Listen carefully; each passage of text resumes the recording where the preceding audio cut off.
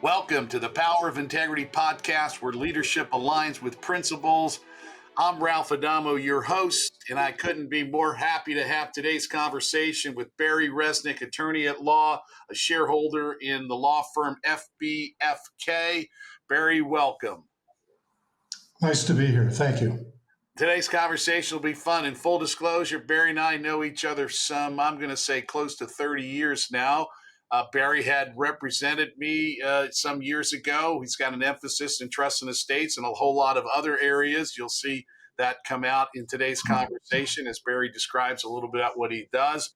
We'll have a little bit of fun today because one of the things that Barry said to me when I asked him to be on the show was, "You're asking an attorney to speak about integrity?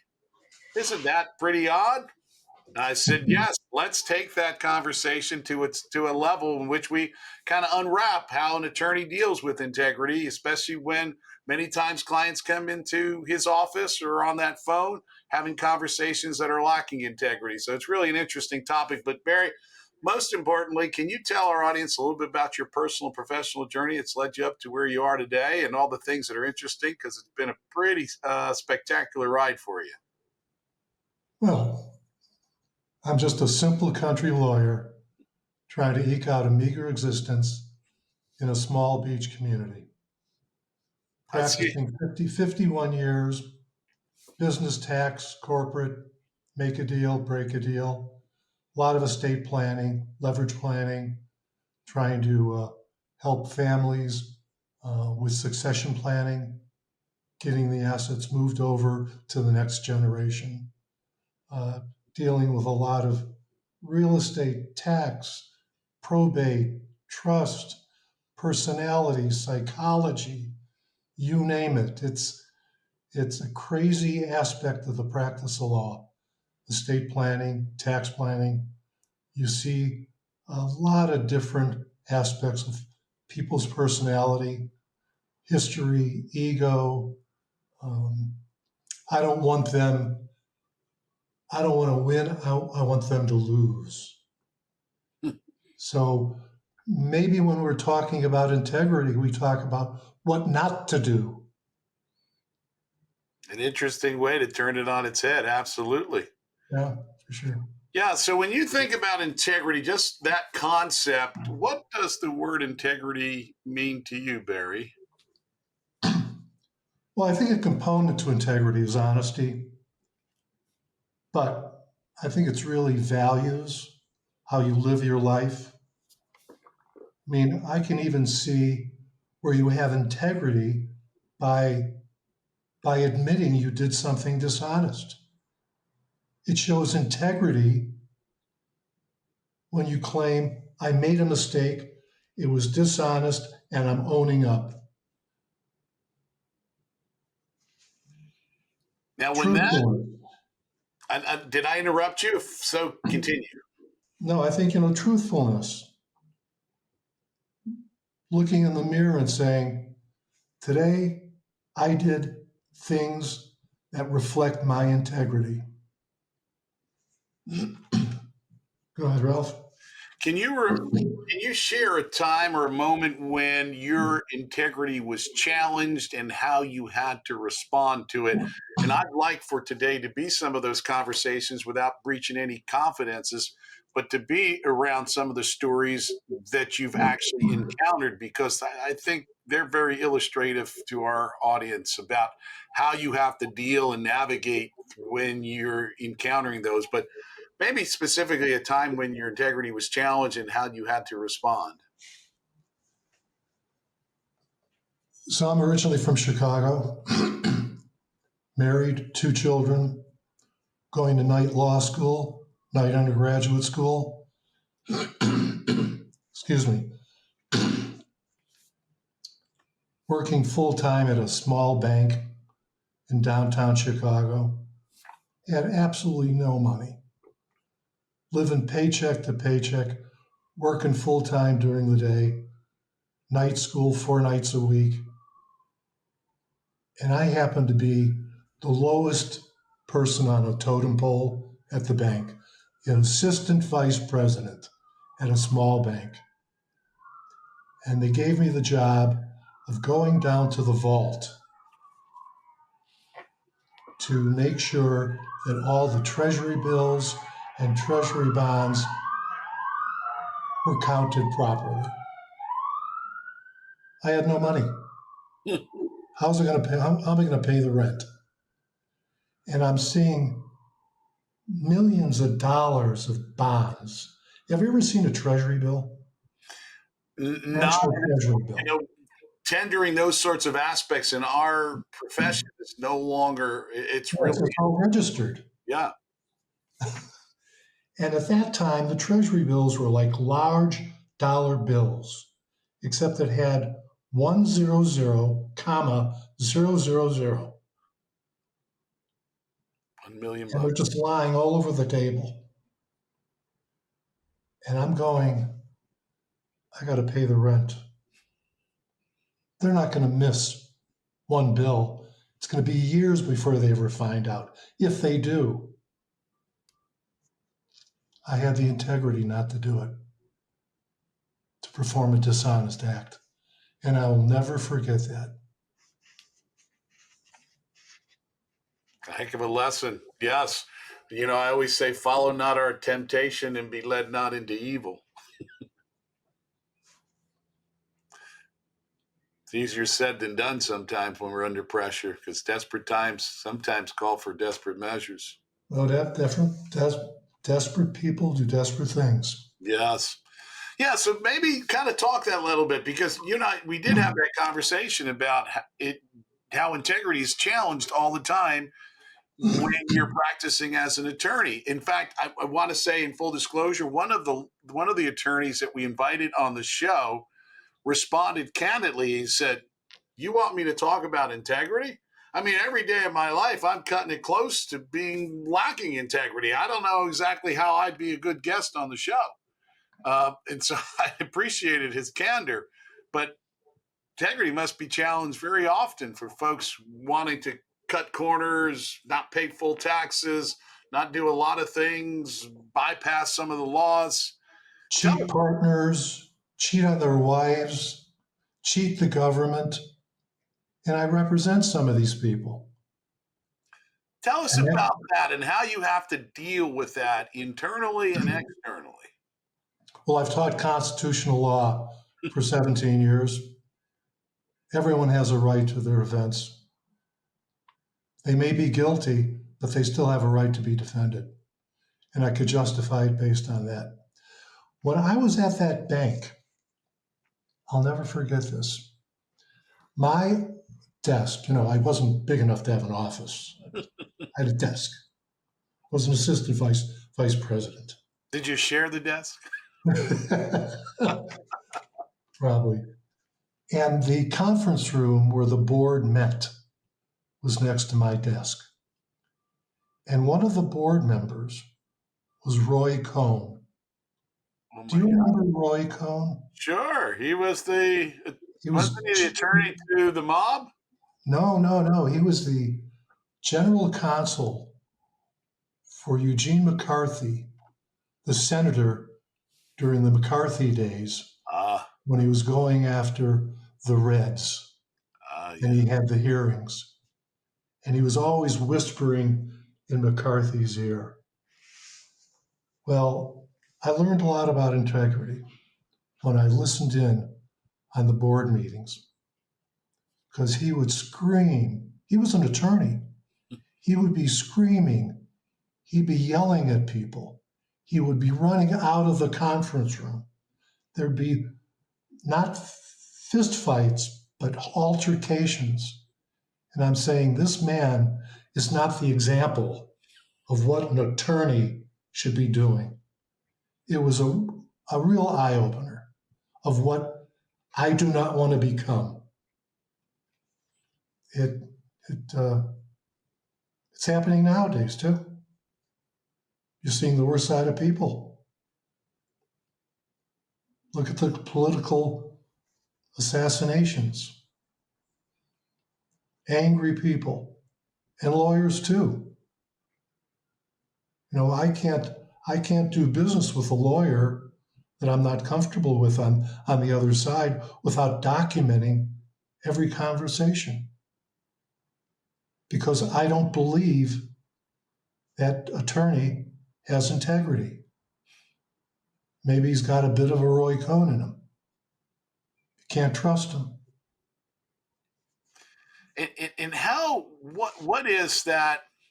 What is that sixth sense that you have to have that lets you know or gives you the glimpse that I might not be able to trust this counterparty? How do you see into that? His responsive emails to me confirming what we talked about, which was different than what we had talked about, or he would try to undermine my goals of trying to close a deal. There are attorneys out there that don't have integrity and want to milk the case for the money involved when they could be settling. Those attorneys don't have integrity. They're taking advantage of the situation. Do you find often, or as often, that the clients are the culprits, the counsel's the culprit, they're combined the culprit? How does that shake out at the end of the day? Where does the preponderance lie in terms of the culprit responsibility? I think it could either be driven by the client or it could be driven by the lawyer. But when you get a combination where the lawyer and the client don't have integrity, hell breaks loose. I'm involved in a trust litigation matter in Reno, Nevada. Sweet widow, had 3 children. It's been going on 13 years. It's gone to the Nevada Supreme Court twice, constant litigation, millions spent in legal fees. It's because the clients didn't have integrity. They don't have integrity. And we had one attorney, Children of the widow the children of the widow. creating the controversy. And I can't imagine, this woman was so sweet. I really became aligned with her. She would have children like that. What a shame. And then there was an attorney representing one of the trust companies who was taking advantage of this situation and really milking it.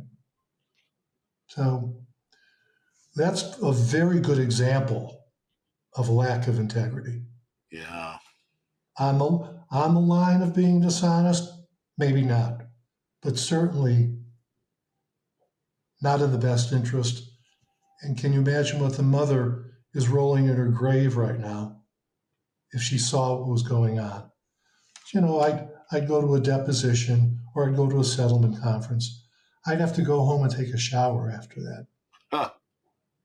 Horrible feeling. Horrible feeling. Oh boy, oh boy. Well, tell me something, Barry, your leadership style, because you are a ranking and senior attorney at the firm, and you've had your own firm over the years. How does integrity play a role with your leadership style and in terms of the loyalty that it builds or the lack of integrity doesn't build in terms of followers and those that you're trying to lead? Well, the apple doesn't fall far from the tree. You have to show an example. Let me give you an example. Please. In the firm, conference room, there's a meeting. Maybe there's 2 or 3 lawyers from my office, 8 people in the conference room. Everyone leaves. All the lawyers are leaving all their cups and glasses and napkins and walking away and not showing any respect to the receptionist that has to go and clean up their mess. If they had integrity, they'd clean up their own mess. I do that. But I learned when I was watching the receptionist go in and she was mumbling, why am I paid to be a housekeeper for these people? And to now, whenever I have a meeting, all the attorneys in there clean up. So that was an example. Yeah, the examples work best for our listeners to see, because the word pictures stick longer than just the narrative conversations. I appreciate that. When you think about other examples in your life with client loyalty and client interaction, how does integrity play a role there, and how do you exemplify that in your client relationships? You know, I think a lot of our profession, similar to an MD, an MD may have some really bad news on a diagnosis for a patient, but they give enough information to the patient so the patient can make an informed decision without giving them devastating news about their diagnosis. Otherwise, that could very well psychologically impair the ability for the patient to heal, to rehabilitate. I feel the same way in my law practice. There are times when the client has a horrible situation, and in my diagnosis, I give them enough information to make the appropriate decision, the business decision. But if I gave them all the detail about everything, they could just wind up giving up. So there's a lot of interplay between the professional, the doctor or the lawyer, or the patient and the client, as to how far do you go.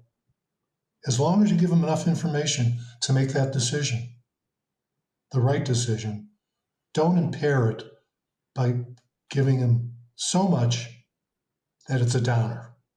Yeah, no, wonderful insight. Very absolutely wonderful insight. One of the things that we've got younger listeners, and I always love to ask the seasoned professional and veteran, the leader, about the things that they either wish they knew when they were young, or the tricks of the trade, or the tips, the insights that they've learned along the way, that if they can share them with the younger generation, they would, because we've got a number that listen in here. Um, what are some of those things that you would say are those hallmarks or key elements of insight for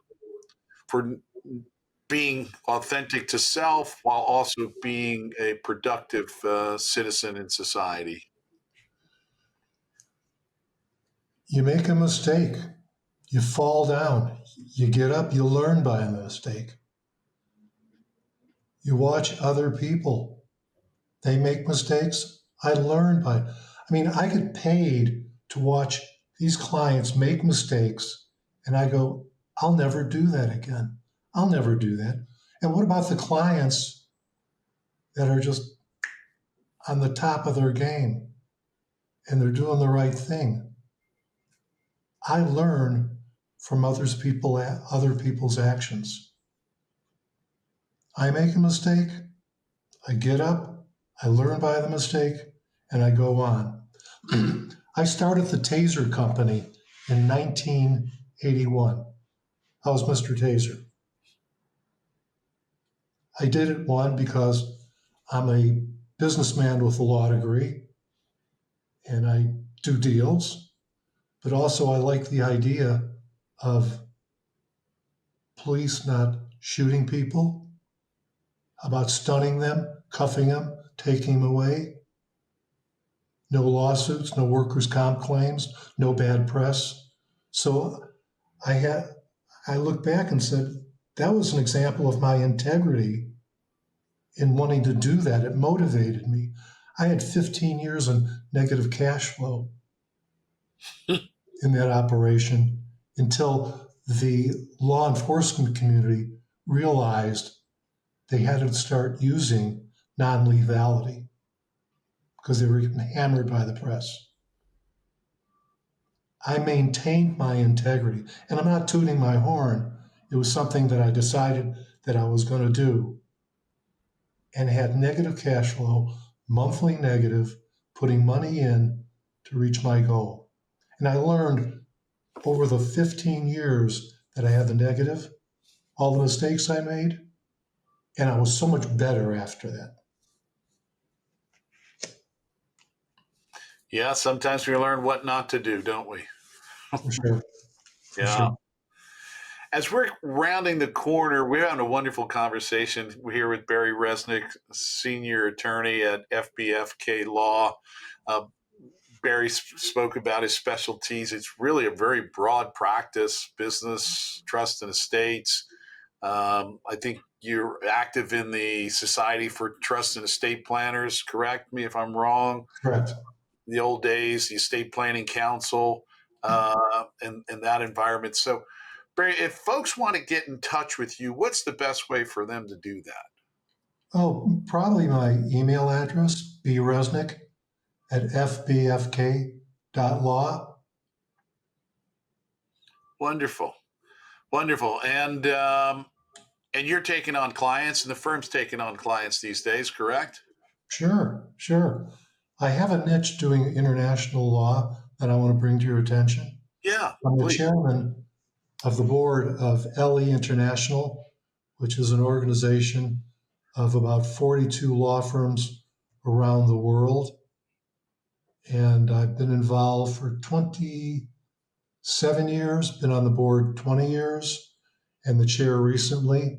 So if anyone has any interest in doing business overseas or is negotiating with a foreign company, let me know. Wonderful. I did not realize that specialty. Shame on me. Well, next time you travel, I've got a lot of friends around the world. I can introduce you to them. Wonderful. Well, we've had a wonderful conversation here with Barry Resnick, again, senior attorney at FBFK.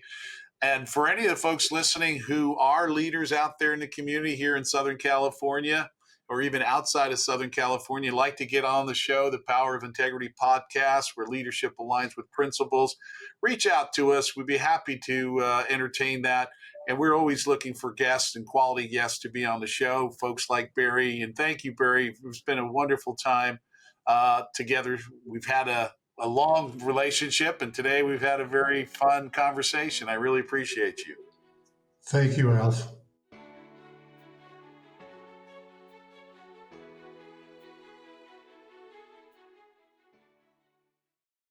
The information presented in this program is provided for informational purposes only. The information is believed to be reliable, but no guarantee of accuracy is made or implied. Expressions of opinions are as of this date and are subject to change without notice. The information in this material is not intended as tax or legal advice.